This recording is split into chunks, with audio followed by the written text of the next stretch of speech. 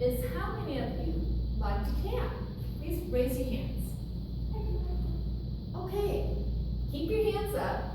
Now those of you who like to camp, how many of you like to camp in a tent? Okay, we've still got a few of you up. Those of you who like to camp in a tent, how about only cooking over the campfire? Okay, we still have 3. How about camping with your family in a tent, only cooking over the campfire, and for 2 entire weeks? Anybody? I lost everybody there. But if my parents were here, their hands would be both raised up in the air. The reason? I'm not really sure why, but that's how I grew up. 2 weeks every summer, my mom and dad packed my sister and I off to Jedediah Smith State Park, which is in Northern California. Now, it's not quite as far away as from here, but growing up in San Francisco, it was only about an 8-hour drive. Now, they would get us all out there. Dad would make sure the ground was completely clear. There wasn't allowed to be a rock or a stick under where the tent was going to be. And we get the tent set up. Mom insisted that all the cooking be done over the campfire, unless it was raining and too wet for the fire to burn. Yes, we camped rain or shine. We camped in soggy tents. We camped in soggy sleeping bags. We camped no matter what for 2 weeks straight. And by the way, we also had a dog with us. Now, we always went that first week in August, well, the first 2 weeks in August. Why? Because the huckleberries were ripe. If you've never had a huckleberry, you're missing out, but they're hard to find. Now, it takes about 7 or 8 huckleberries to make 1 blueberry. And it was my sisters and my job every morning to go pick 1 cupful of huckleberries. Then we'd get back to the campsite. Mom would pour those huckleberries into the pancake batter, and she would cook fresh huckleberry pancakes for breakfast.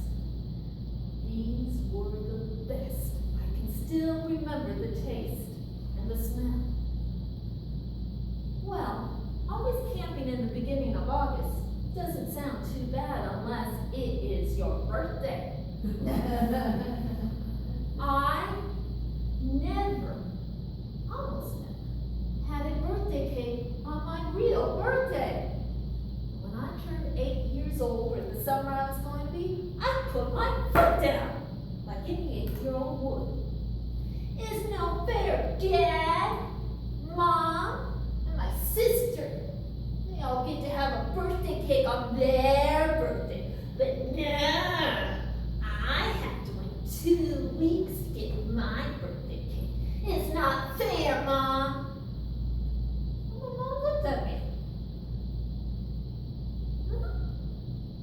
I guess I could. I bet I could bake a cake over the campfire.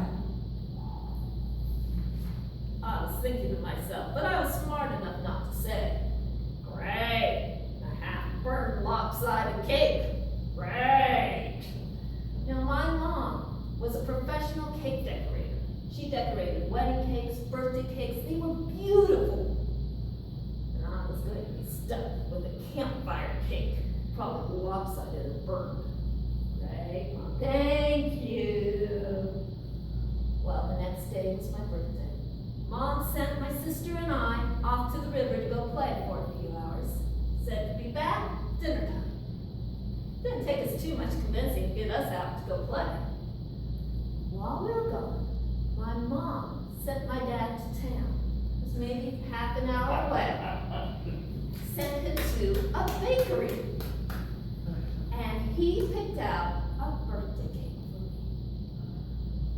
He even had the baker write "Happy Birthday, Christine" on it.